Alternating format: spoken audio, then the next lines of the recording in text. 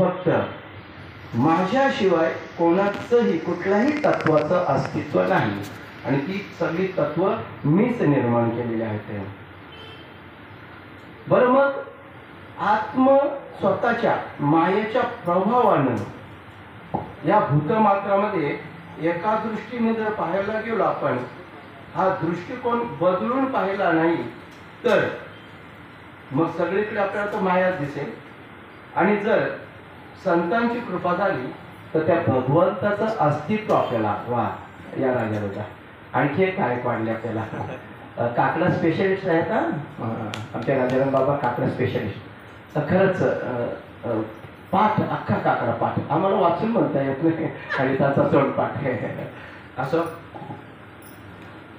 बरोबर, भगवंताचं अस्तित्व ज्या तत्वामध्ये आहे आणि त्या तत्वामधलं ते ज्ञान आपल्याला प्राप्त करून घ्यायचं आहे.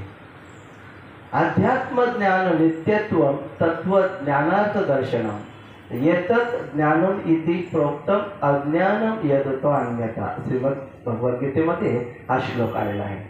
जे आद्य आहे, आत्म्या संदर्भामध्ये आहे आणि ते ज्ञान प्राप्त झालं का तत्वज्ञानाने भगवंताची ओळख होते आणि हेच खरं ज्ञान जीवनामध्ये. मग बाकीची ज्ञान फक्त पोट भरण्यापुरती कामाची. येतत् ज्ञानम इति प्रोक्तम अज्ञानम म्हटलंय नाही का महाराजजी. त्याला ज्ञानही नाही म्हणता येत, त्याला अज्ञान म्हटलंय. कारण खरं ज्ञान भगवंताची ओळख करून देतील, संतांची ओळख करून देतील. ज्ञानोबराने सांगितलं ते ज्ञान पैगा परवे जरी म्हणे आते आणावे तरी संता या बजावे सर्वस्वी. संतांना आपण शरण गेलो तर संत आपल्या जीवनाची वाटचाल कशा रीतीने असावी ते शिकवतील. म्हणून संतांना शरण गेलो पाहिजे. वास्तविक संतांना इथे येण्याचं प्रयोजनच ते आहे. इथे येण्याची गरजच नव्हती त्यांना, स्वइच्छेने आले. तर ह्यापूर्वी अनेक ऋषी मुनींनी आपल्या उद्धाराचा मार्ग सांगितला होता महाराज आपल्याला. पण ऋषी मुनीच्या लक्षात आलं तर ह्यांच्या मागे किती लागलो तरी हे काय ऐकणार नाही. इकडनं ऐकते, इकडनं सोडून जाते. बरं, भगवंताने अगोदरच त्यांनी पण घेतलाय 3 युगामध्ये अवतीर्ण होईल, कलियुगात येणार नाही. आता भगवंत नाहीत, ऋषी मुनी नाहीत, तो एवढी मोठी दुनिया, हा मानव समाज याच्या उद्धाराचं साधन काय, त्यांच्यापर्यंत पोचविल कोण. आणि म्हणून संतांनी विचार केला, आपल्या कल्याणाचा विचार केलाय. आणि मग त्या संतांनी विचार केलाय, वैकुंठामध्ये मस्तपैकी बसलेले होते ना राजाराम दादा, आम्ही वैकुंठवासी. हरी आम्ही वैकुंठवासी, आम्ही वैकुंठवासी, आम्ही वैकुंठवासी, आम्ही वैकुंठवासी.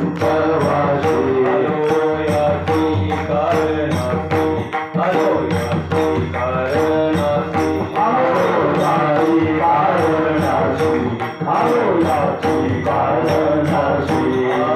बोली रे जय ऋषी, बोली रे जय ऋषी.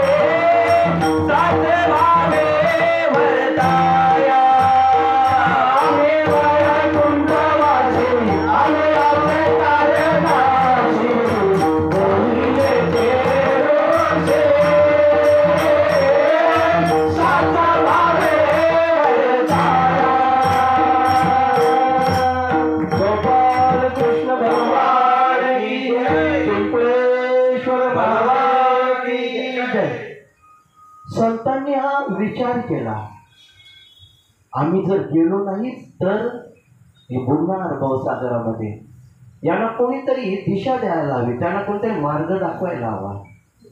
वैकुंठामध्ये असलेल्या संतांनी विचार केला, दादा आपण परम भाग्यवान आहोत. ऋषी मुनी तिकडे कड्याकपाऱ्यामध्ये जाऊन बसले, देव यायला तयार नाहीत. मग वैकुंठ सोडून आपल्यासाठी ते आले, संत आलेले आहेत. बोललेले जे ऋषी साच भावे वर्तायला, जे ऋषींनी सांगितलंय ते सत्य वर्तनामध्ये आणून लोकांच्या समोर तो दृष्टिकोन ठेवण्याकरता संत अवतीर्ण झाले. म्हणून संतांचे उपकार कधीही विसरले जाणार नाहीत. संत आई बाबापेक्षा श्रेष्ठ सांगितले जातात, संत देवतांपेक्षा श्रेष्ठ सांगितले जातात. असो, मग ह्याच संतांच्या मांदियाळ्यामध्ये आपण ज्ञानोबा आहे आणि तुकोबा आहे, पाया आणि कळस मधले सगळे संत. त्यानंतर आपण ज्यांच्या कालावधीमध्ये आहोत सर्व संप्रदायांचे संत, त्यामध्ये संत सावळाराम बाबा, संत रामदास बाबा, श्रीपाद बाबा, स्वाध्यायाचे प्रणेते, योगेश्वराचे बैठकीचे प्रणेते, त्यानंतर धननिरंकारचे प्रणेते, सगळे संत. मोठे मोठे संत आहेत महाराज. संत अवतार चरित्र संपवत नाहीत.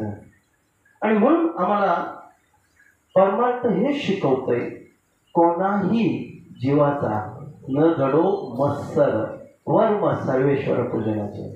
आपण एकमेकांचा आदर केला पाहिजे, एकमेकांच्या संप्रदायासमोर नतमस्तक व्हायला पाहिजे. कोणत्याही संप्रदायाचे प्रणेते असो त्यांच्या ठिकाणी आम्ही नतमस्तक होणं गरजेचं आहे.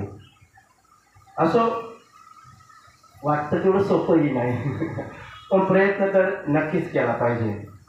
आपले श्री गुरुवर्य श्रेष्ठच आहेत, परंतु इतरांचे कनिष्ठ म्हणून नाही चालायचं, तेही श्रेष्ठच आहेत. या भागवताचा विचार मांडत बसला असताना यामध्ये ग्रंथकाराच्या शब्दामध्ये यांच्या विषयांचं प्रतिपादन करायचं ठरलं गेलं. आणि मग त्यासाठी एक श्लोक या ठिकाणी प्रामुख्याने आलेला आहे. अत्र सर्गो विसर्गस्य स्थानं पोषयानमुतया मन्वंतरेशानुकथा निरोधो मुक्तिराश्रया. त्याचा अर्थ असा आहे, ह्या सृष्टी प्रक्रियेमध्ये विसर्ग म्हणजेच वासना विशिष्ट सृष्टीचे प्राकट्य आहे. मग अशी सांगितल्याप्रमाणे स्थान दर्शन आहे, ते कर्मवासना मन्वंतर सांगितले जातात. आणि भगवंताच्या सर्व शक्तींचं या ठिकाणी वर्णन आपल्याला पाहायला मिळेल. भागवतामध्ये प्रामुख्याने आपण हा सगळा विचार रोज एका त्या चढत्या क्रमाने पाहत आहोत. याचा मूळ उद्देश नुसतं कथा श्रवण करून न थांबता आपल्या उन्नतीसाठी कोणत्या विविध मंत्रांचं अनुष्ठान आपण केलं पाहिजे आणि ते करण्याचा संकल्प केला पाहिजे. मग अशी आपण सुरुवातीला जोडून गेलो. त्यामध्ये फार चांगल्या साधना आपल्याला सांगितल्या जातात. आणि मग त्या साधना करत असताना आपल्याला नारायण कवच आणि त्या नारायण कवच विधी आपल्याकडनं कसा घडेल. पुंसवन नावाचं व्रत आहे, पुंसवन नावाचं व्रत आपल्याकडनं आचरणामध्ये येईल का. पयोव्रत नावाचं एक व्रत आहे, ते सुद्धा आपल्याला कसं उपयोगी पडते याची वर्णन आपल्याला पाहिजे. भागवतांच्या अनेक स्कंदामध्ये वेगळे वेगळे विषय प्रामुख्याने नमूद केलेले आहेत. आणि त्या पैकी भागवतामध्ये या संपूर्ण जगतातील किंवा आपल्या जवळचं म्हणून आपल्या ज्या देशात राहतोय त्या देशातील पवित्र नद्यांची, पर्वतांचे आणि तीर्थक्षेत्रांचे महात्म्य वर्णन या ठिकाणी श्रद्धेने ओतप्रोत भरलेले आपल्याला आढळतील. संपूर्ण देश प्राचीन ऋषीमुनींनी आणि कशा रीतीनं आपल्या साधनांनी सिद्ध केला होता, ही लक्षणं भगवंताच्या कृपेने आपल्याला पाहायला मिळतील. हा सगळा प्रदेश पुण्य प्रदेश म्हणून ओळखला जातोय. आणि मग 10व्या स्कंदामध्ये बळीराम दादांच्या तीर्थयात्राच्या प्रसंगाने या सगळ्या प्रकरणाची आपल्याला ओळख करून मिळेल. तर त्यामध्ये प्रत्येक प्रदेशातील महत्त्वाच्या स्थानांचं नामनिर्देश आपल्याला पाहायला मिळेल. सांस्कृतिकदृष्ट्या, भौगोलिकदृष्ट्या त्याची वर्णन आपल्याला पाहायला मिळते. भागवताचं मुख्य लक्षण काय आहे? भक्ती योग आणि मरणाची भीती घालवणं. खरा उद्देश भागवताचा तोच आहे. कधी कधी आपण म्हणतो किंवा ऐकलं असेल, श्रीमद भगवद्गीता जगायला शिकवते आणि भागवत मारायला शिकवतो. मला थोडासा आक्षेप त्याच्याबद्दल होता. श्रीमद भगवद्गीता आपल्याला जगावं कसं, मरावं कसं दोन्ही गोष्टी शिकवते. मरण्याच्या अगोदर कशा रीतीनं मोक्षाची प्राप्ती होते हे भगवंताने सांगितलं नाही गीतेमध्ये, का नाही सांगितलं? आपण केलेली कर्म भगवंताला समर्पित करावी. आपल्याकडे कोणतीच कर्म ठेवू नये. ती ठेवली तर पुन्हा ती भोगण्याकरता जन्माला यावं लागतं. आणि ती कर्म ठेवली नाही तर मोक्षाला प्राप्त होते. म्हणजे जगावं कसं हेही आहे आणि मरावं कसं तेही आहे. चला आलोय तिथपर्यंत तेही सांगितलं पाहिजे. कर्माचा सिद्धांत मांडत असताना भगवंत सांगतात, आणि जे जे कर्म उपजे निपजे ते थोडे का बहुन म्हणजे निवांतची अर्पिजे माझी ठाणी. तुम्ही जी कर्म करते ती कर्म थोडी असो का भरपूर असो, ती कर्म मला समर्पित करता आली पाहिजे. निवांतची अर्पिजे माझे ठाई. ऐसी मद भावना तनु त्यागी अर्जुना तू सायुज्य सजना माझी येशी. अशा रीतीनं तनु त्यागी अर्जुना म्हणजे मरायला मोकळा. तनाचा त्याग, मरण म्हणजे तरी काय सांगा ना, शरीराचं त्याग. शरीर जाते, आत्मा कधीच जन्माला आला नाही, मृत्यू नाही, त्याला कुठल्याही प्रकारची बाधा नाही. ते मग जातं ते पंचमहाभूतांचं शरीर, जन्माला येतं तेच येते. आत्म्याला कुठे जन्म आणि मृत्यू आहे, फक्त तो सगळ्यांचा साक्षीदार असतो. तेवढी काळजी घेतात नाही का मंडळी? थोडासा खोकला आला तरी लगेच गोळ आणि पाणी जवळ. गोपाल कृष्ण भगवान की जय. मग कर्म भगवंताला समर्पित करते आली पाहिजे. सत्यवान महाराज हे जोडण्याची मंडळी बघा पहिल्याच दिवसाला आलेली वारकरी संप्रदाय. आमच्या भगिनी आहे, आमच्या राजांच्या सौभाग्यवती राणीमाता. बरं असो, मग उरलेली कर्म मग आता यावं लागेल 9व्या अध्यायामध्ये परत चला. आगा कर्मी दे उरावे ते ती सुखी दुःखी फळावे आणि तया ते भोगावया यावे देहा एक. बस उरलेली कर्म भोगण्याकरता शरीर नावाचं झाड उत्पन्न होईल आणि मग त्या झाडाला दुःखाची फळं काही सुखाची फळं भोगण्याकरता तर यावंच लागेल. म्हणजे ओळखायचं कसं ना तेही सांगितलं गेलं आहे. ओळखायचं कसं तानाजी दादा, आम्ही आता सुख भोगतोय किंवा दुःख भोगतोय ही नक्की आताची आहेत का मागच्या जन्मातली आहेत? ओळखायचं कसं? मग ज्ञानोबाने त्याच्यासाठी सोपी प्रक्रिया सांगितली आपल्याला. का जाणी जे झाड फुले, मानस जाणी जे बोले, भोग जाणी जे केले पूर्वजन्मीचे. सगळ्यांना नियम लागला जातो, तुम्हाला, आम्हाला, छोट्यांना, मोठ्यांना, सगळ्यांना. फुलावरनं झाड आपल्या लक्षात येते, बोलण्यावरनं माणसाचा स्वभाव लक्षात येतोय. तो आज्ञा करतोय, विनंती करतोय का आपल्याला चिडवतोय. आमच्या दर्शू सारख्याने फार चिडवायला मजा येते त्याला. परीक्षेसाठी मंडळी त्याला चिडवतात आणि तो चिडतोय पटकन. असंच असतं नाही का? जो चिडतो ना त्याला चिडवायला मजा येते, चिडत असल्याला पण त्याच्या मागे राखेल. पण त्याप्रमाणे भोग जाणी जे केले पूर्वजन्मीचे. आम्ही जे आता भोगतोय ते काळोदादा ते पूर्वजन्मीचे आहे. म्हणून फार काही गडबड करायची नाही. बस जे भोगायला आलं ना ते भोगत राहायचं आहे.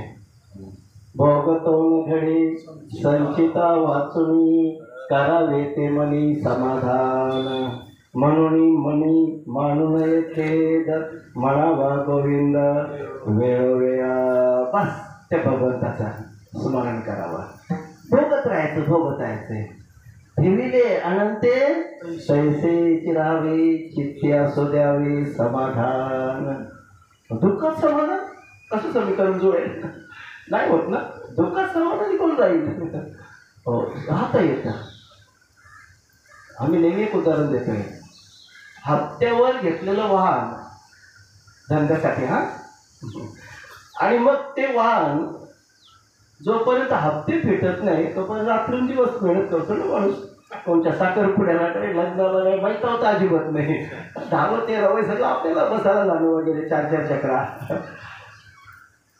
त्याला विचारावं कोणीतरी, काय बाबा दिसलाच नाही लग्नाला नाही याची माहिती आहे तुझ्याकडे कोण येईल कार्याला? तर काय करणार मला यावंसं वाटतं, पण हप्ते कोण फिरी?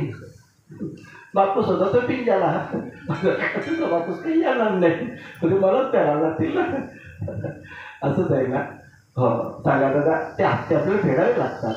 आणि एकदा का ते हप्ते फेडून झाले मामाश्री, तर मग गाडीवर आता तू गाडीवर नाही जात. आता जायची गरज काय? 8 दिवस झाला तुम्ही राहते ना. आता कोणाची भीती आपल्याला? बँकवाल्याची भीती नाही, त्या कर्जदाराची भीती ना. आता हप्ते नीट झाले आहेत. माफ करा, कळलं तर बरोबर आहे.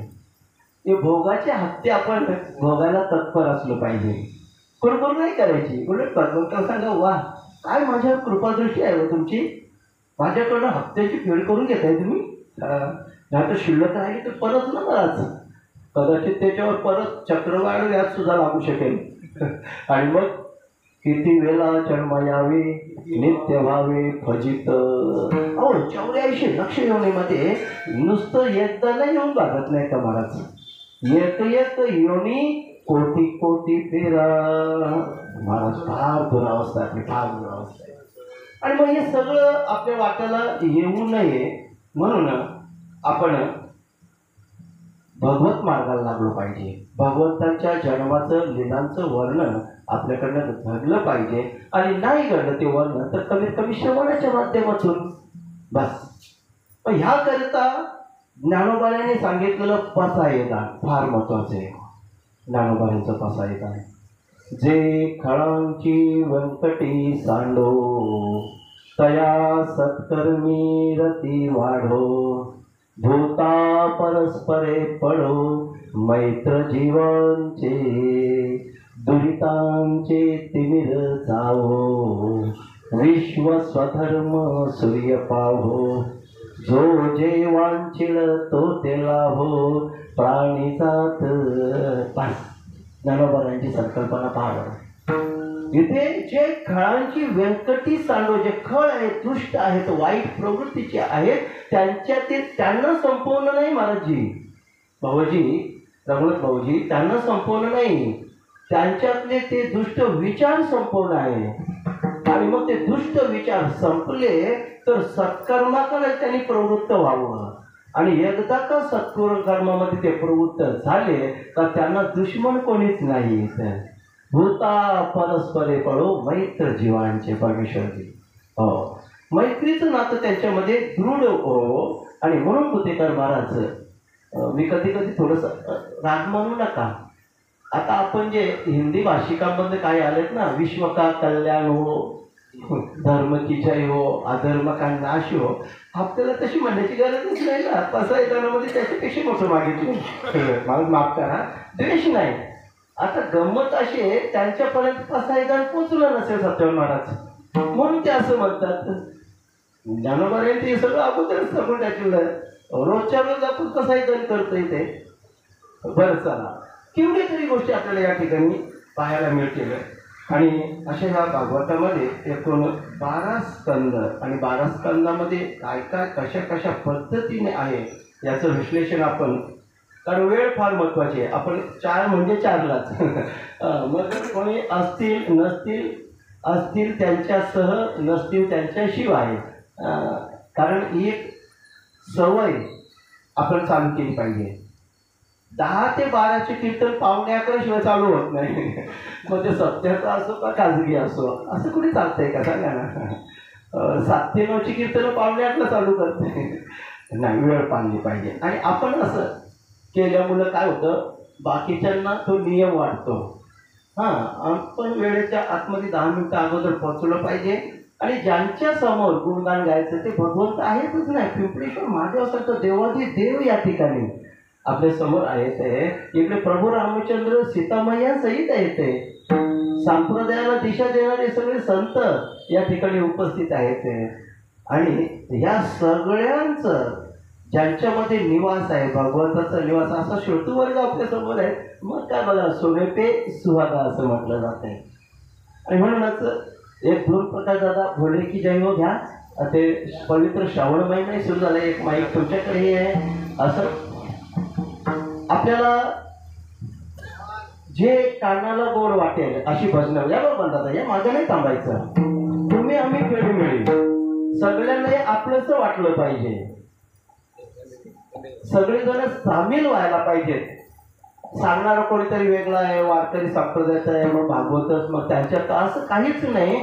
सगळ्या देवतांचं आपल्याला चिंतन या ठिकाणी प्रसंगानुसार थोडस त्यामध्ये काय होतं, एक उत्तेजना नाही का वाढते आपल्याला आणि ती नवीन ऊर्जा तयार होते. या असतोच जाता आपली मंडळी भोले की जय जय शिवजी की जय जय भोले की जय जय शिवजी की जय जय पार्वती पते शिवजी की जय जय पार्वती पते शिवजी की जय जय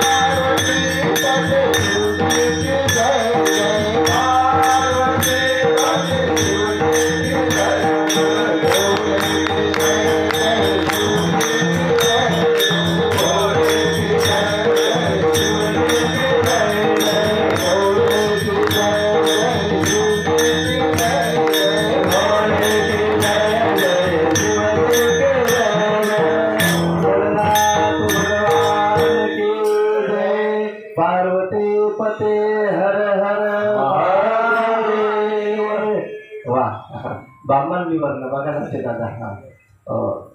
सहकुटुंब सहपरिवार आपल्या दोन्ही कन्या आणि त्यांच्या सहधर्मचारी विजयदादा पावशे या ठिकाणी उपस्थित झालेले आपलेही स्वागत आहे. भागवताचं प्रयोजन आपण जवळजवळ 1 तासापासून मांडत आहोत. कशाच्या आधारावर त्याला कसं महत्त्व प्राप्त झाले 18 पुराणांची श्लोक संख्या आपण पाहून आलोय.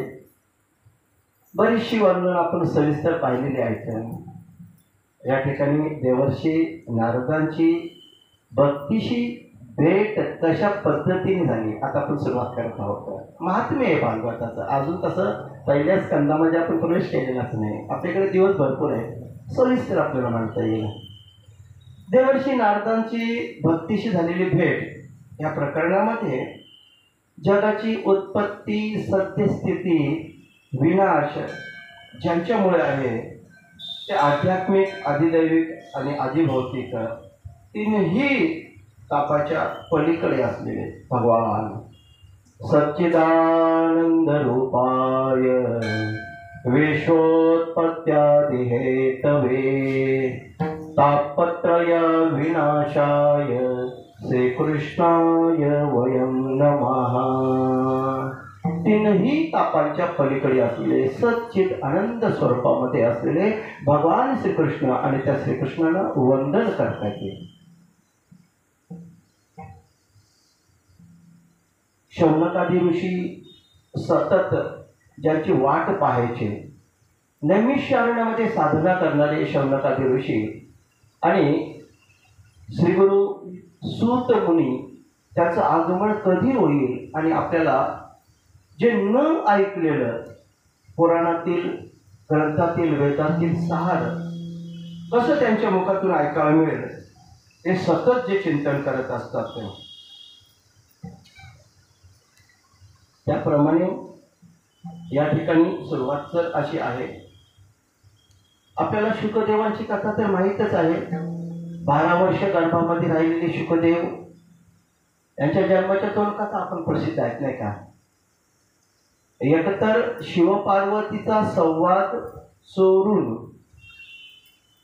अंड्यामध्ये असलेले शुकदेव आणि एका ठिकाणी बाकीचं वर्णन ओघाओघाने आलं म्हणून सांगते.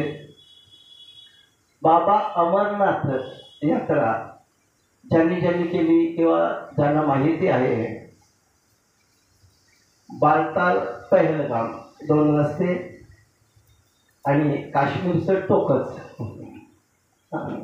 आपल्या भारताचं टोक त्याचे, काश्मीरचं टोक म्हणजे भारताचं टोक, पण इकडे पाकिस्तान, बाकीचे देश. भगवान शिवजी थोडस विषयांतर करतो तिथे आलोय म्हणून. भगवान शिवजी सतत ज्यांच्या गळ्यामध्ये रुंड माळा, रुंड म्हणजेच माणसाच्या त्या कवट्या चेहरे. भगवान शिवजी, कारण वास्तविक हे विचित्र दिसतंय ना, ते राक्षसांकडे असायला हवं. मग भगवान शिवजी या रुंड माळा का बरं धारण करतायत याविषयी देवर्षी नारदांच्या मनामध्ये कुतूहल निर्माण झालं. विचारावं, हे बरोबर नाही, जुळत नाही, समीकरण जुळत नाही. तुम्ही तर वैराग्याचे मुकुटमणी आहात.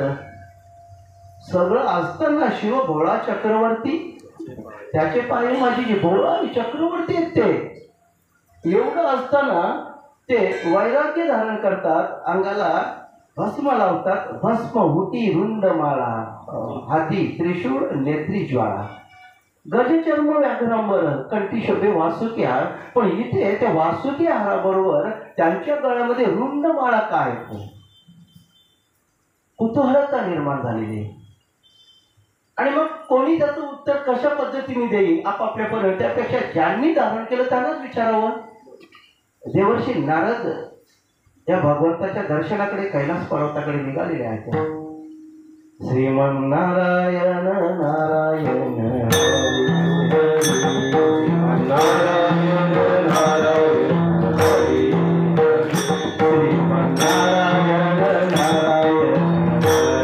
हरि श्रीमन्नारायण नारायण हरि हरि तेरी लीला सबसे नारी नारी हरि हरि तेरी लीला सबसे नारी नारी हरि हरि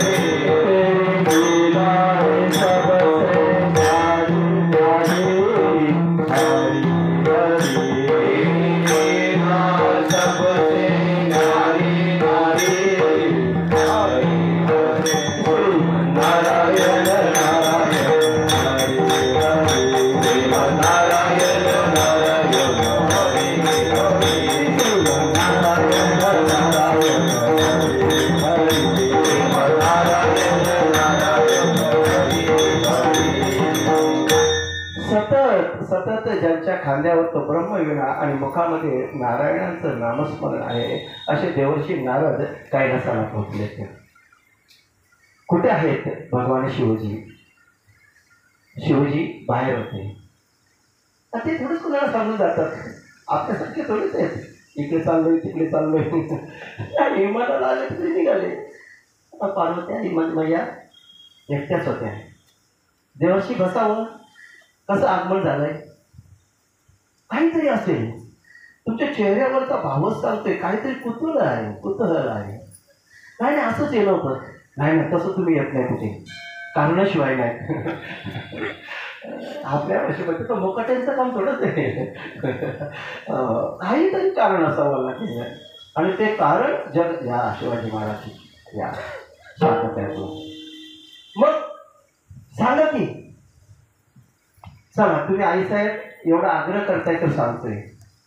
भगवान भोलेनाथांच्या गळ्यामध्ये वृंदमाळा, समीकरण नाही बरं वाटत, थोडस वाईट वाटतंय. बरं ते का त्यांनी धारण केलंच?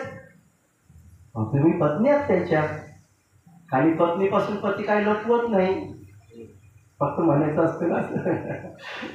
अर्धांगिनी आहेत तुम्ही, मग तुम्हाला सगळ्या गोष्टी सांगितल्या असतील. कुठं फार्म हाऊस घेतलाय, कुठल्या बँकेत किती बॅलन्स आहे, किती दागिने बनवायचे आहेत, गुंगे गोष्टी पत्नीजवळ म्हणतोय ना माणूस. हे सगळं तुझ्याजवळ मोकळं केलं असेल आईसाहेब. वृंद माळा त्यांच्या गळ्यामध्ये. तो अरे बापरे, माझ्यापासून पण लपून ठेवला, आता यावं दे त्याला घरा. असंच आहे ना आमच्या माता भगिनी, असा करा आता यावं दे त्याला घरा. आईसाहेब चल विचल, आईसाहेब पार्वती आईसाहेब वाट बघतात. झोप कसली ना भूक कसली, आत आणि बाहेर, आत आणि बाहेर नुसत्या फेऱ्या चालू झाल्या, चैन पडत नाही. काही कालावधीनंतर वर्षी गेली त्यांचं काम करून. वास्तविक ते कळीचे नारद नाहीत, जगताच्या कल्याणाचा विचार, ते कल्याणाचे नारद आहेत. आपण त्याला कळ म्हटले, फक्त कल्याणकारी विचार. बरं भगवान जे आले, हो कुठे होते तुला माहित आहे ना, मी सांगून जात नाही. बरं ठीक आहे, माझ्यापासून एक गोष्ट लपवून ठेवली तुम्ही. आता नक्की झालं तरी काय, लपवलं तरी काय याच्यापासून मी? एवढी वर्ष झाली आपल्या लग्नाला, अजून मला सांगितलं नाही म्हणजे पत्नी समजतं काय? शास्त्र तर सांगतंय अर्धांगिनी आहे, सगळ्या गोष्टी शेअर करायच्या असतात. शिवाजी महाराज आहेत समोर, फार कौतुक आहे महाराजजी. संसार कसा करावा लागला काही नातं शिकावा. लेखीचं रकात सगळी लग्न झाले, साठी ओळखली महाराजांची ना. हो बघा असं ते बघा महाराजांचा छान आनंद लुटत आहे, शेअर करत. वा या बाबा या. गावोगावचे सप्ते जे सुरू झाले ना नवीन, बाबांची एवढी धापड असते ना, बरं ते मोठं काय तर चालवतात ना. हो काकड्याची अगोदर तयारी, तिथे झाडू मारण्यापासून त्या सकाळी अंतरण्यापासून उपस्थिती. आम्ही भाग्यवान आहोत महाराज खरंच. तर अशी मंडळी, तुमच्यासारखी सगळी मंडळी आशीर्वाद देण्याकरता या ठिकाणी उपस्थित आहेत. बरं लपवलंय माझ्याकडनं? अगं नाही, तुझ्यापासून काय मी लपू, माझ्याकडे आहे काय लपवण्यासारखं? मी भोळा आहे ना, लोक म्हणतात का मी भोळा आहे. हो तर लोकांसाठी भोळा. तुम्ही किती भोळा आहेत ना ते मला घरचे असंच म्हणतात, ते लोकांना सांगा. मला सगळं माहीत आहे. बरं ठीक आहे, मग तुमच्या गळ्यामध्ये त्या रुंदमाळा कशा? आवडी दिवस तुला आठवण झाली, रोज बघतोच ना मला. मग आज तुझी डोक्यावर भुटकोणी घुसवला बाबा. नक्की कोणीतरी आला असेल. एवढी वर्ष झाली ना, कधी विचारलं नाही, तू विचारलं नाही आणि मला सांगण्याची गरज वाटली नाही. आज तू त्या काहीच नाही, सांगितल्याशिवाय स्वयंपाक होणार नाही. अगं नको तसं करू, आणि हॉटेल पण बंद आहे. हाती रात्री तुझं तर स्वयंपाक होणार नाही. मी थोडं टाईम बघून आलो आहे, 12-12:30 वाजले असतील. आता जाऊ कुठं, ते जमतं नाही. त्या रुंद मला का भगवंती म्हणतात नको नाचतं करू. बघूया परत करतो. ऐकायलाच येत नाही आई सांगितलं. भगवानची म्हणतात बघ ऐकल्यानंतर परत भांडण न करायचं हा मग. कधी कधी असं असतं सत्य गोष्ट सांगितली कधी कधी माणसं म्हणतात तू नाही तसा ना तर तुला काय लागायचं. अरे तू नाही तसं म्हणून लागायचं ना. तू विचारच काय म्हणता तुला नाही बोलत आणि तुला नाही बोलत त्याच्या तोंडावर बोलतो तुला नाही बोलत. ऐकायला तिसरं कोणीच नाही. बरं मग रुंदमाळा अगं पार्वती आहे त्याची काय आवश्यकता आहे फारशी तर का हत्या करतेस. पण नाही इलाज ना मला बाळ हत्तं स्त्री हत्तं राजा हत्तं नाही याच्या पुढे माणूस जाऊ शकत. ऐक बघ बाजूला ते सांगण्याकरता तुझ्या मनाची अगोदर तयारी कर. ठीक आहे सांगा. ह्या रुंदमाळा आहेत ना अगं पार्वती भगवान शिवजी म्हणतात हे तुझ्या मुंडक्यांची माळ आहे. अरे बापरे आता तर तुझ्या मुंडक्यांची माळी माझ्या मुंडक्यांची कशी काय. प्रत्येक वेळेला आपला जन्म तुझा जन्म होत होता आणि तू माझी पत्नी होत होतीस आणि तुझा मृत्यू होत होता. तुझी आठवण सतत राहावी. आता गौऱ्याने असं नका करू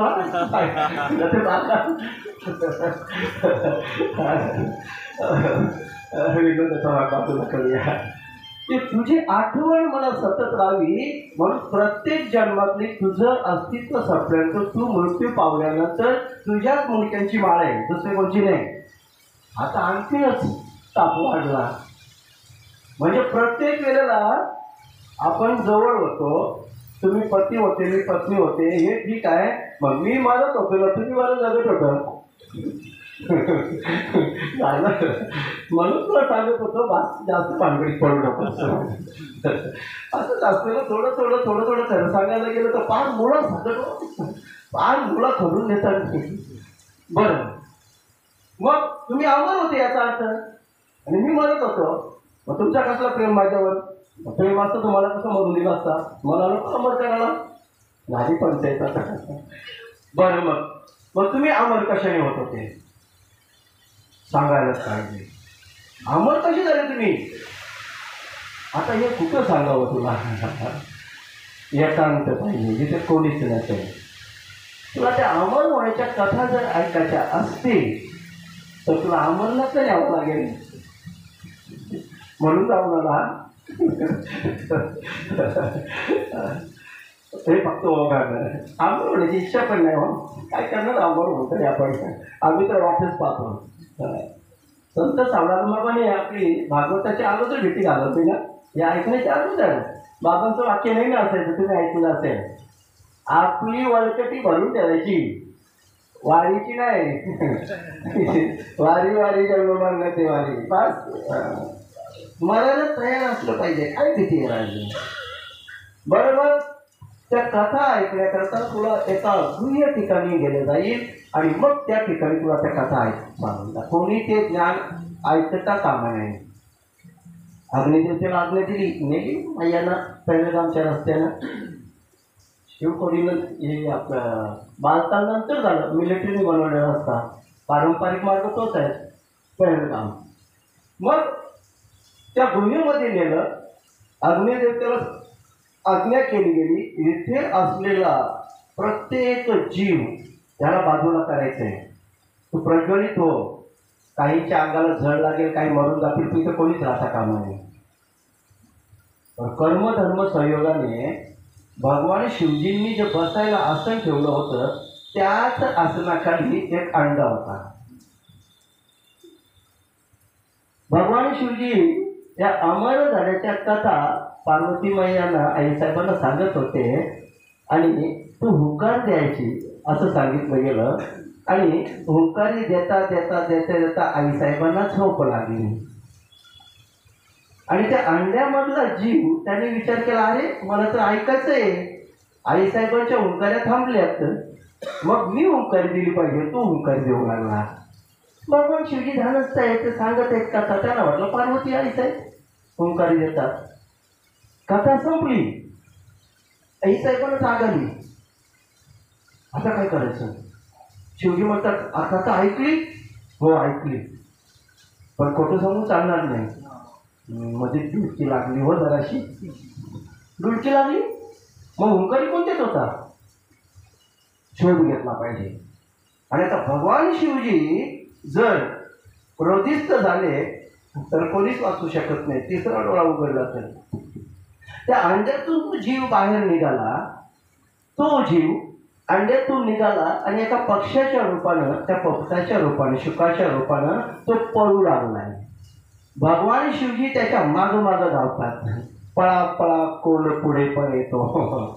तो पक्षी पुढे चाललाय, भगवान शिवजी मागं चाललाय. भगवान शिवजी मागं पाठलाग करतायत, तो पक्षी, तो शुक पुढे चाललाय.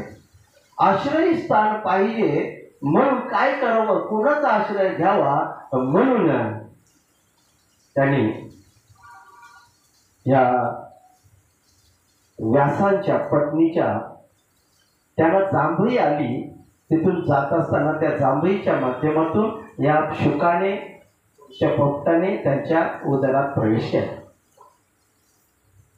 गेले गर्भामध्ये, व्यासांच्या पत्नीच्या गर्भामध्ये. अयोनी संभव जन्म शुकांचा.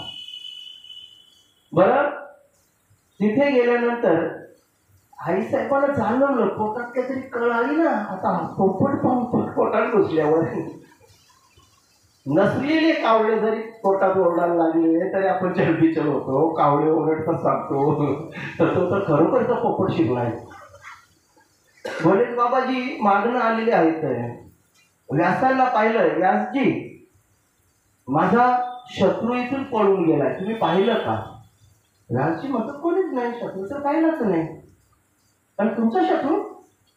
बरं नक्की ना, तुम्ही त्याला पाठीशी तर घालत नाहीत ना? नाही हो, देवादी ते महादेव क्षमा असावी, तुमचा शत्रू नाही. ते शब्द आईसाहेबांच्या कानामध्ये गेले आणि आईसाहेब पाहायला आल्यात, सांगतात थांबा थांबा, मला जांभई आली होती आणि त्या जांभईच्या तोंडात जेवायला उघडलं होतं जांभईच्या वेळेला, त्यावेळेला काहीतरी पोटात गेला. आता माझ्या पोटात कळ आली, नक्कीच तो आपला चोर इथे गेला पाहिजे. बरं, आता इकडे आर आणि तिकडे वीर झाली. श्री हत्या तर शास्त्राला मान्यच नाही, श्री हत्याने ब्राह्मण हत्या. बरं, मग शिवाय आश्रयाला आलेला आहे, दोन्ही गोष्टी आड आहेत. व्यासजी म्हणतात ठीक आहे, तुमचा शत्रू मी तुमच्या आज्ञेच्या बाहेर नाही, मारा या स्त्रीला, माझ्या बायकोला. तुमचे शत्रू बाहेर निघाले तेव्हा तुम्ही खतम. भवीला तसं नाही जमणार, शत्रूला मारता येतच नाही. आता त्याने आश्रय कोण आहे? ऋषी पत्नीचा आश्रय घेतलाय. बरं ठीक आहे, चला असलं तर असलं ज्ञान, पण ते ज्ञान जगताच्या कल्याणाकरता वापरलं पाहिजे. आता आपण तिकडे संतांनी वर्णन केलं बघा, बघा ब्राह्मणाचे बोल. ब्राह्मणाचं पोर येत खेळाशी झाले, ब्राह्मणाचे पोर येत खेळाशी झाले, ब्राह्मणाचे पोर येत खेळाशी झाले, ब्राह्मणाचे पोर येत खेळाशी झाले.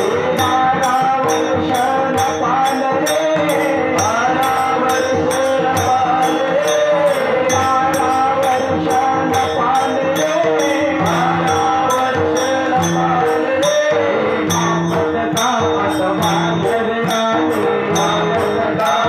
रे.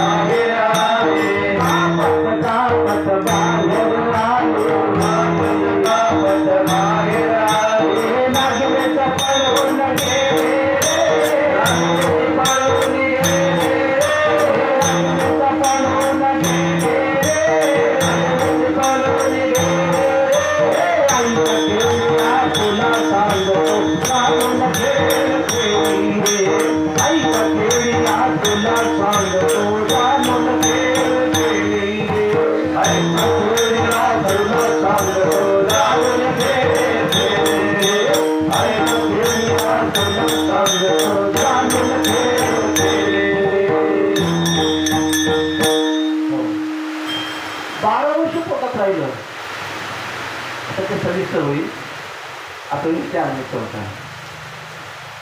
शुकदेवांचा जन्म अशा रीतीने बाहेर निघाले, पळू लागले. काही का असे ना, माझ्या पत्नीच्या उदरात आता ते माझं बाळ आहे. त्याला आवाज देऊ लागले. आता नावच ठेवला ना, आवाज तरी कसं देणार? काही नसल्याने असं वर्णन केलंय. आणि मग त्याला थांबवण्याकरता म्हणून शुक, त्याचं नावच पुढे शुक पडलं आहे. आपण नाही का आवाज कोणा तुम्हाला नाव माहीत नसलं तर असंच बोलत ना म्हणजे त्यालाच आहे.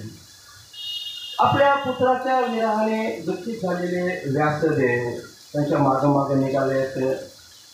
पुढच्या कथा आम्ही काय ते आपण ऐकलंय, त्यांना ज्ञानाची प्राप्ती व्हावी म्हणून जनताकडे पाठवले गेलं. या भागवत कथा अमृताचे ज्ञान प्राप्त करण्यासाठी कुशल असणाऱ्या त्या शौनकादी ऋषींना सूतमुनी या कथा सांगतात.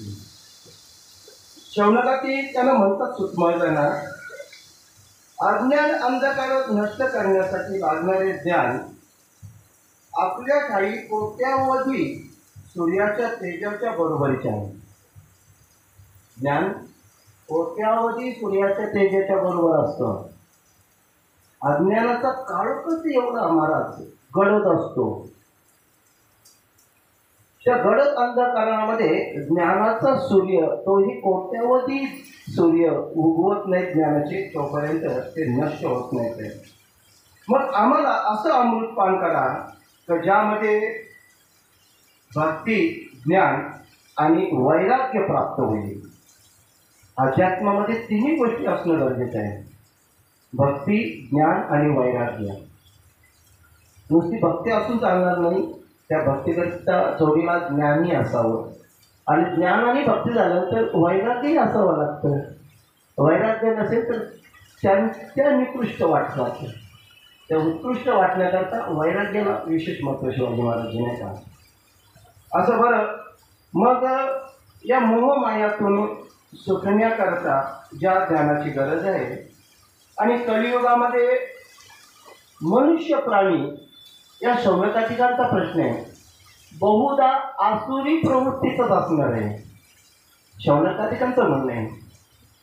मग त्याच्या त्या आसुरी विचारांना दैवी विचार करण्याचं सामर्थ्य ज्यामध्ये आहे, असं ज्ञान आम्हाला सांगावं. आम्ही आपल्याला प्रार्थना करते. सुतमुनी सांगता येते, तुमच्या हृदयामध्ये भगवंताविषयी प्रेम आहे आणि म्हणूनच तुम्हाला असं काही सिद्धांत सांगणार आहे का जो जन्ममृत्यूच्या भयापासून आपल्याला सोडवू शकेल. ज्यामध्ये भक्ती प्रवाहाला वेग मिळेल आणि भगवान श्रीकृष्णांच्या प्रसन्नतेला प्रमुख कारण होईल, असं ज्ञान तुम्हाला सांगते. भक्ती प्रवाहाला वेग मिळाला पाहिजे महाराज, ते थांबून चालणार नाही. थांबलेलं शेवाळ येतं ना, दुर्गंधी सुटते, ते प्रवाहित असलं पाहिजे. भक्तीचं ज्ञान दिले आहे ते, ती गंगा ज्ञानगंगा प्रवाहित असली पाहिजे आणि मानवी जीवनाचं कल्याण कसं होईल. मग श्री शुकदेवांनी जे भागवत महापुराण जे सांगितलं गेलंय ते माझ्यापर्यंत आलेलं आहे आणि ते भागवत महापुराण तुम्ही ऐकलं पाहिजे. ठीक आहे गुरुजी, आपण नेहमी जगाच्या कल्याणाकरताच भ्रमण करत असताय आणि म्हणून तुमच्याच मुखावर विंदातून, कारण तुमच्या वाणीमध्ये भगवंताच्या नामचिंतनाशिवाय दुसरं काहीच नसतं. सर्व अमंगलांना मंगल करणारं आणि सर्व अपवित्रांना पवित्र करणारं भगवंताचं नाम जे सतत ज्यांच्या मुखामध्ये, ज्यांच्या हृदयामध्ये आहे, सतत त्याची आठवण. आपल्या पण हृदयामध्ये तो भगवंत आहे, पण आपली बुद्धी कुठे आपल्याला त्याची आठवण करून देते. भगवंत एक अशी वस्तू आहे तर ती वस्तू आपल्याकडे आहे, ही बुद्धीला रात्रंदिवस स्मरण झालं पाहिजे, पण आपली बुद्धी विसरली. आपली सगळ्यांचीच थोड्या कालापुरती त्याची आठवण, नंतर विसरायला होतं महाराज. एरवी सर्वांचे हृदय देशी मी अमुक आहे ऐसी, जे बुद्धी स्फुरे अहर्निशी ते वस्तुगामी. ज्ञानोबाने वर्णन करतात ज्ञानेश्वरीमध्ये, सगळ्यांच्या हृदय देशामध्ये मी आहे ती वस्तू. देव आहे, देव आहे, देव मंदिर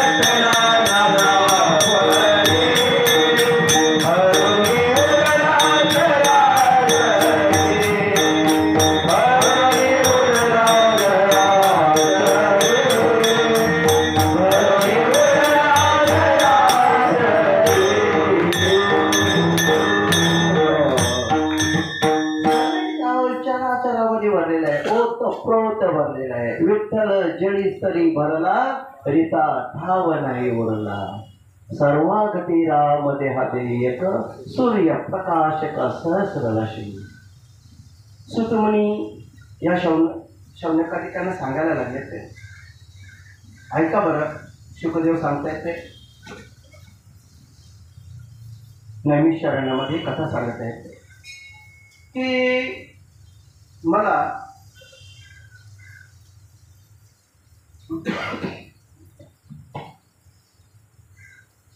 ही कथा तुम्हाला सांगण्याकरता फार आनंद वाटेल, कारण तुम्ही चांगले श्रोते आहात. आणि चांगला श्रोता असेल तर वक्त्याला फार आनंद मिळते. माझं परम भाग्य महाराजची. इथं गर्दीपेक्षा दर्दी जास्त येते. सगळे ज्ञानी येते. ज्ञानांच्या सभेमध्ये आम्ही म्हणतोय, आणि मग त्यामध्ये आम्ही चिंतन तर मांडलंच पाहिजे. बरं, मग देवर्षी नारदांचं आपण ऐकले.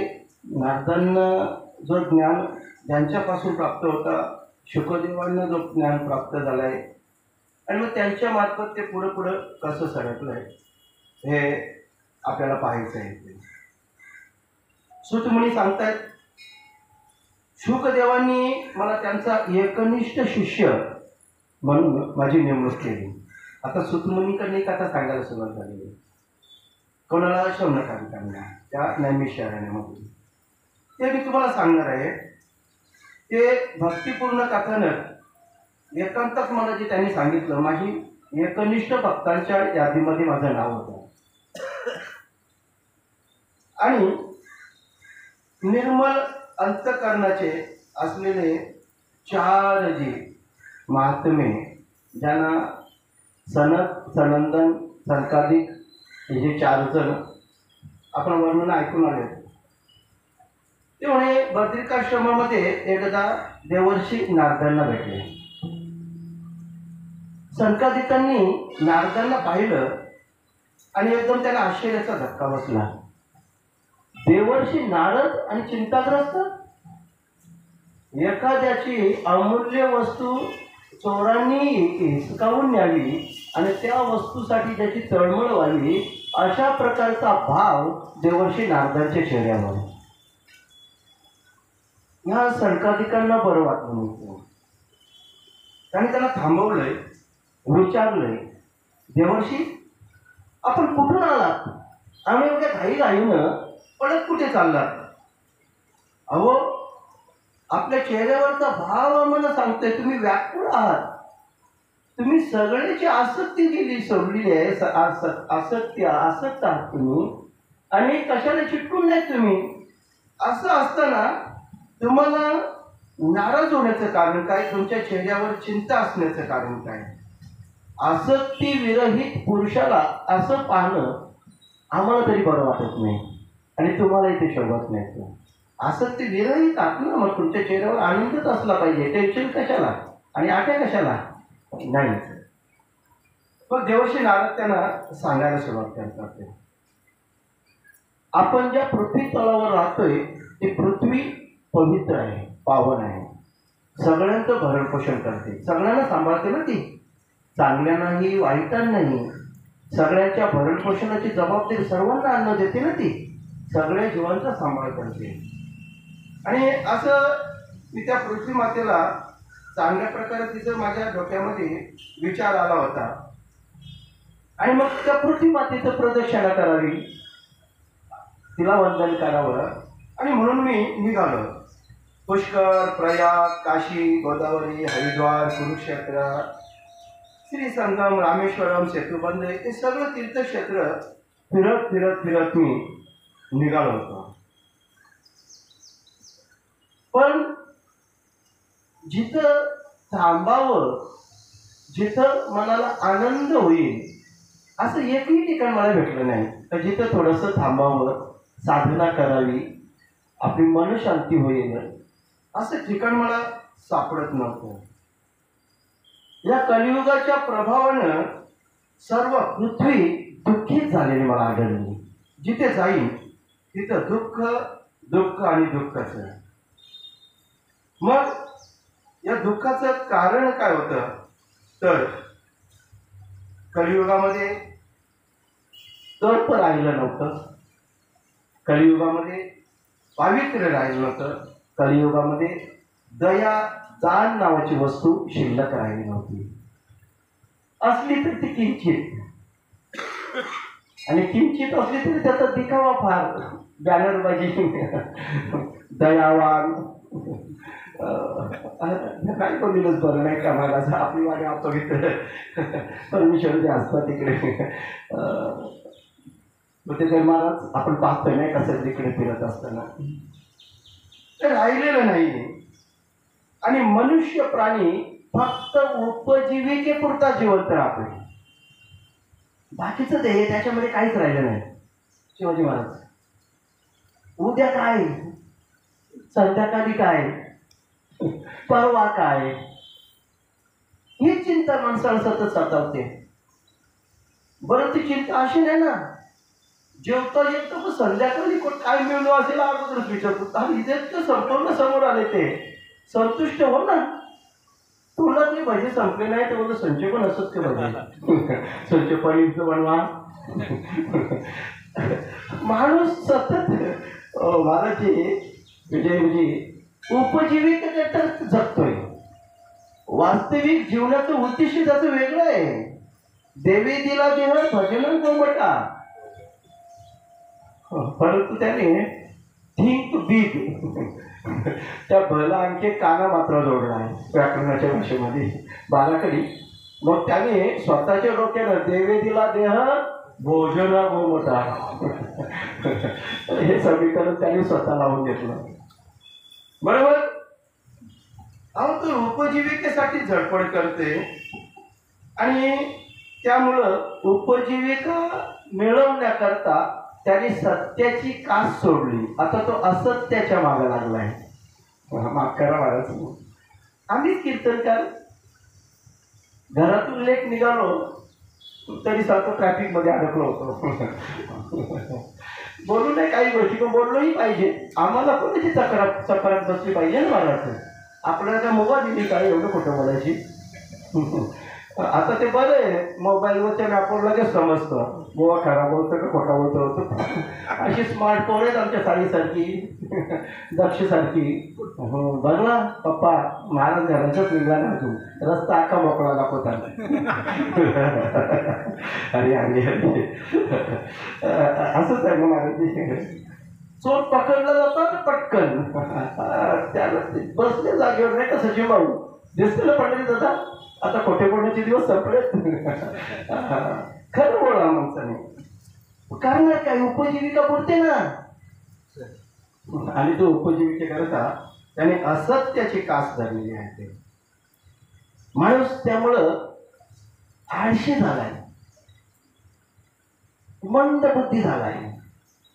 बुद्धीला चालणारच नाही त्याच्या. काकडा पाठ करावा तर जाऊ दे मोबाईल मध्ये बघू, पुस्तक घेऊन बघू, नाहीतर झेरॉक्स काढलेली आहेत का ठेवू समोर. आता आम्ही त्याच्यामधले आहोत म्हणून बघतोय. टाकला जाऊन भांडकाला आम्ही ती झेरॉक्स शिकवत घेऊनच बसतो टाकलेला.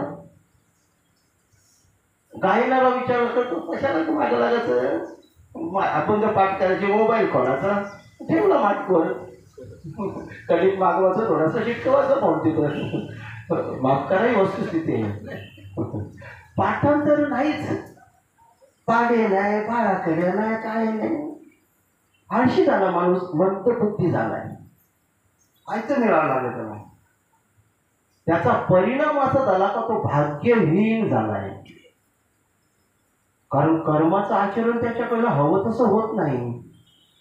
आणि मग तो आता भाग्याला दोष देऊ लागला, तो भाग्यहीन झालेला आहे. मग त्याचा भाग्याचा उदय कसा होईल, त्याचं जीवन सुजलाम सुफलाम कसं होईल याच्याकरता अध्यात्माची कास पकडली पाहिजे. परमार्थाची साधना आमच्याकडनं झाली पाहिजे. आणि ज्यांच्याकडे हा ठेवा आहे अशा श्रीगुरूंना आम्ही शरण गेलो पाहिजे. बरं ठीक आहे, आता बोलू नये. माझा माता भगिनी आहेत, भागवतामध्ये स्पष्ट वर्णन. घराघरामध्ये पत्नीची सत्ता चालू लागली. तुम्ही हसू नका काही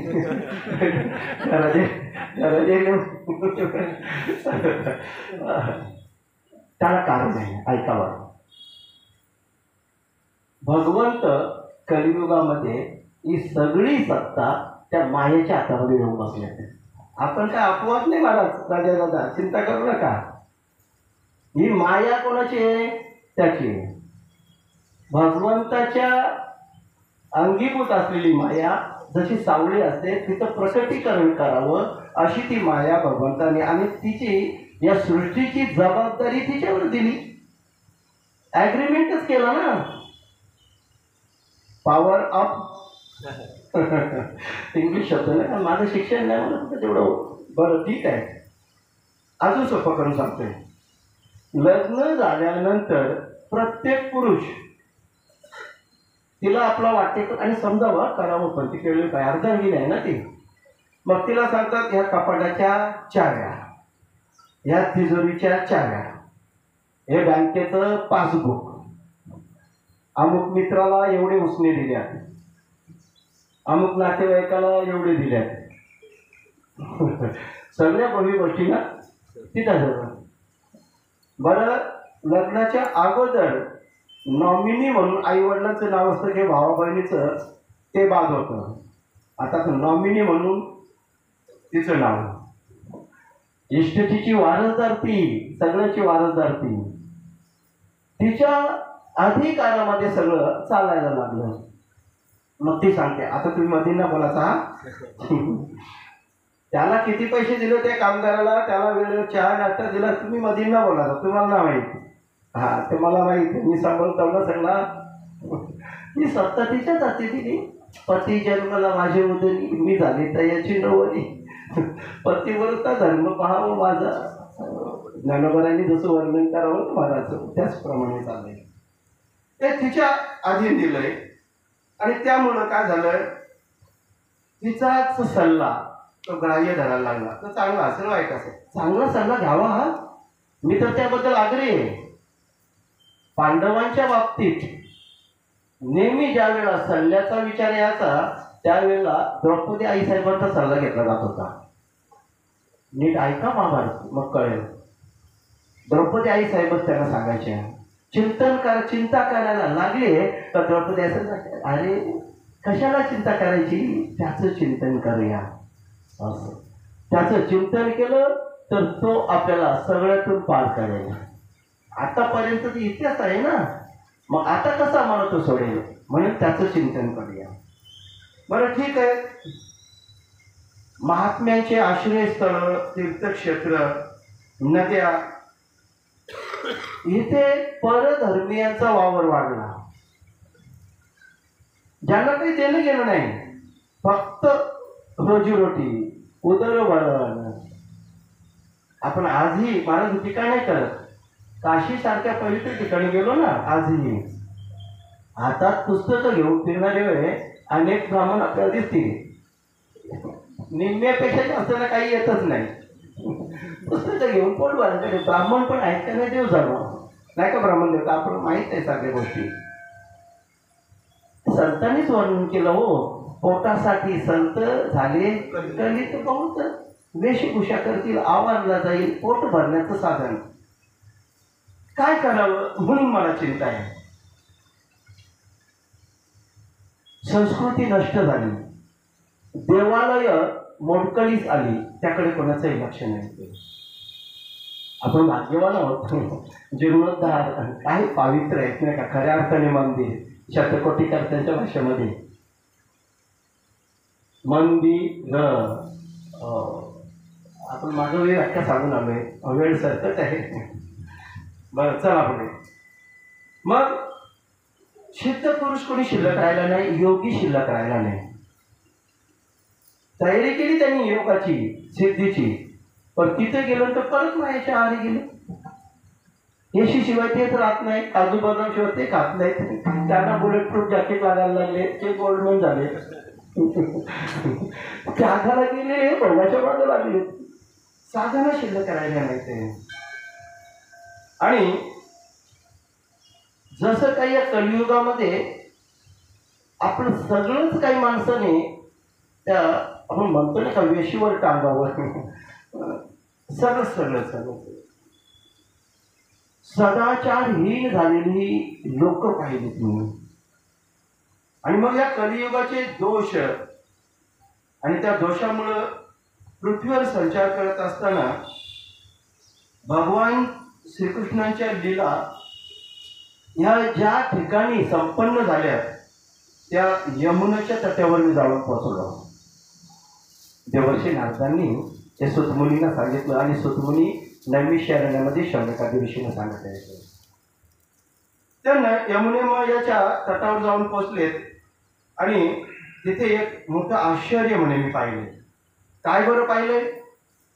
एक तरुण स्त्री खिन्न मनाने बसले होते. तरुण स्त्री. त्या स्त्रीच्या जवळ एक कुतूहलानं दयेच्या भावनेनं मी पोहोचलो. हे कोण? देवर्षी नारद सुतमुनींना सांगता येते. त्या स्त्रीजवळ बसलोय आणि सुतमुनी आता नैमिषारण्य सांगतात. तिथे पोहोचल्यानंतर आणखी एक आश्चर्य मी तिथं पाहिलंय. तिच्या बाजूला 2 वृद्ध म्हातारे पुरुष होते. स्त्री तरुण होती, सुंदर होती, पण तिच्या बाजूला 2 म्हातारे असे निपचित पडले होते. त्यांच्या अंगामध्ये काही ताकद राहिली नव्हती आणि ती त्यांची सेवा करत होती. 2 वयोवृद्ध निपचित पडलेले त्यांची सेवा एक तरुण स्त्री करते. मला थोडं आश्चर्य वाटलंय. आणि ती सतत त्यांना सेवा करता करता मधून जीव आपण म्हणतो ना जितत कमीलन बघावं म्हणून सतत त्यांना ती स्पर्श करून आढळत होती. देवर्षी त्या ठिकाणी गेल्यानंतर त्यांनी सगळीकडे नजर मारली. अजून त्यांना चित्रितलं तिच्या बाजूला असंख्य स्त्रिया होत्या आणि त्यांच्या हातामध्ये असे पंखे होते हवा घालायचे. त्या पंख्यावरून त्या दोन्ही जणांना हवा घालत होते. तिचं सांत्वन करत होतं. आणि हे दृश्य दुरून पाहता पाहता कुतूहल म्हणून देवर्षी नारद तिथे जवळ गेले होते. त्यांनी विचारपूस केली, तुम्ही कोण आहात, कुठून आहात, हे चित्र असं का? तर त्यावेळेला ती तरुण स्त्री त्यांना सांगू लागली, हे साधू पुरुषा, कृपया तुम्ही माझी विचारपूस केलीत ना, आता क्षणभर थांबावं. नुसती चालता चालता विचारपूस नका करू. तुम्हाला दया आली ना माझ्याविषयी, तर माझी कहाणी तुम्ही सविस्तर ऐकून घ्या. तुम्ही थोडंसं थांबावं आणि माझी व्यथा ऐकावी. तुमच्या दर्शनानंच सगळे जगताची पाप नाहीशी होतात असं मी ऐकून आहेच. संत दर्शने हा लाभ पद्मनाभ जोगला. संत चरण रज लागता सहज वासनेचे बीज चढून जाणे. देवर्षी तुमचं दर्शन झालंय, फार आनंद झालाय मला. आणि आपल्या मुखातून एक शब्द जो निघाला ना, तुमच्या वाणीनं मला फार बरं वाटलंय. तुम्ही विचारपूस केली ना, कसं आहे तुझं, कसं चाललंय, पुढं काय करशील, की तुम्ही माझी विचारपूस केली अंतःकरणातून, फार बरं वाटलं. आणि प्रत्येकाचं भाग्य उदयाला आलं ना तर अशा मागच्यांची भेट होते. देवर्षी नारद म्हणतात, देवी सगळं बरोबर आहे, पण अजून मी तुला ओळखलेलं नाही. तू कोण आहेस ते, तुझ्या बरोबर असलेले पुरुष कोण आहेत, त्या स्त्रिया कोण आहेत, ते लोकांच्या स्त्रिया कोण आहेत, ते त्याही सुंदर आहेत. बरं, तुझ्या दुःखाचे कारण मला तरी काही असं वरून पाहून समजणार नाही. तुझ्या दुःखाचं कारण मला सांगावं. आणि त्यावेळेला ती युवती त्यांना सांगायला सुरुवात करते. आहेत आपल्याकडे 10 मिनिटं आहेत. वेळेचं बंधन पण पाळणारच आहोत. बरं, मग ती युवती सांगायला सुरुवात करते, माझं नाव भक्ती आहे. आणि हे जे 2 पुरुष दिसतात ना, एकाचं नाव ज्ञान आणि दुसऱ्याचं नाव वैराग्य आहे. बस. बरं, ते कोण आहेत माहीत का? माझी मुलं आहेत. देवर्षी नारद अजून चिंताग्रस्त, तू एवढी जवान सुंदर आणि पोरं तुझ्या आजोबाच्या वयाची म्हातारी, त्यांच्या अंगामध्ये उभं राहण्याची ताकद नाही, तू त्यांचे हातपाय शकतेस. हे होण्याचं कारण काय, कशामुळे? हे जर मला सांगितलं तर बरं होईल. ऐका मला, मी भक्ती आहे आणि मग सांगितलं ज्ञान आणि वैराग्य. माझ्या बाजूला असलेल्या असंख्य स्त्रिया आहेत, या पवित्र नद्या आहेत, पवित्र तीर्थक्षेत्रामध्ये असलेल्या या नद्या आहेत. आणि माझी सेवा करण्याकरता, या ठिकाणी मला समाधान देण्याकरता, माझी व्यथा ऐकण्याकरता, माझं सांत्वन करण्याकरता त्या मला साथ देत आहेत. गुरुजी, मला या दुःखातून वेगळं करा ना. हे दुःख बघून बघून या संकटाचा सामना करता करता मी फार व्याकुळ झालेले आहे. आणि आपल्यासारखा महात्माच मला या संकटातून, या दुःखातून मोकळा करू शकेल. अजून सांगायला सुरुवात केली. द्रविड देशामध्ये माझा जन्म झाला, भक्ती सांगायला सुरुवात केली. द्रविड देशामध्ये माझा जन्म झाला. कर्नाटकामध्ये मी लहानाची मोठी झाली. आपल्या जवळच आहे नाही का, आपण ज्यांच्या दर्शनाला जातोय, म्हणाले भजन कानडाऊ विठ्ठल. कर्नाटकामध्ये मी वाढली म्हणे, आणि तोच भगवंत आपल्याला पंढरपुरामध्ये दर्शन देणे. कानडाऊ विठ्ठलू कर्नाटक, कानडाऊ विठ्ठलू कर्नाटक,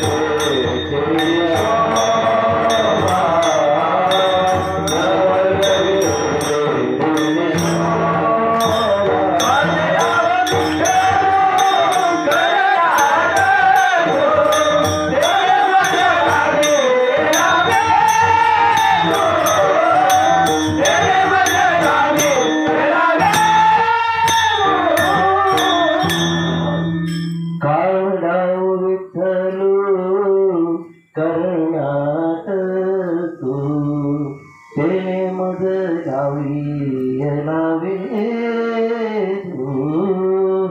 अगणित लावण्या तेज पुंज. काय त्याचं वर्णन आहे हो, अगणित लावण्य तेजाचा पुंज. आणि अशा या भगवंताचं मला वेग लागलेला आहे. या भक्तीनं सांगायला सुरुवात केलेली आहे. त्या कर्नाटकामध्ये मी लहानाची मोठी झाली. निघाले तिथून मी प्रवास करता करता मी गुजरातमध्ये पोहोचली. आणि गुजरातमध्ये पोहोचल्यानंतर तिथं या कलियुगाचा, माफ करा वाटतं तेवढं सोपं नाही, ती सुरुवात तिथून झाली महाराज. गुजरातमध्ये पोहोचल्यानंतर ही अवस्था माझी झाली. कलियुगाच्या प्रभावानं दुर्जनांनी मला छिन्न विछिन्न केलं. दीर्घ काळपर्यंत माझी अशी अवस्था झाल्यानं मी माझ्या पुत्रांसह दुर्बल म्हणजे निस्तेज झाली. आणि परंतु आता मी या वृंदावनामध्ये पुन्हा आली आणि मला नवसंजीवनी मिळाली. मीही अशीच झाली होती. म्हणून वृंदावनामध्ये भगवंताच्या लीलांना विशेष महत्व आहे. त्या वृंदावनामध्ये म्हणे भगवान श्रीकृष्णांच्या लीलांचं वर्णन कधीतरी वृंदावनामध्ये आपण ऐकावं.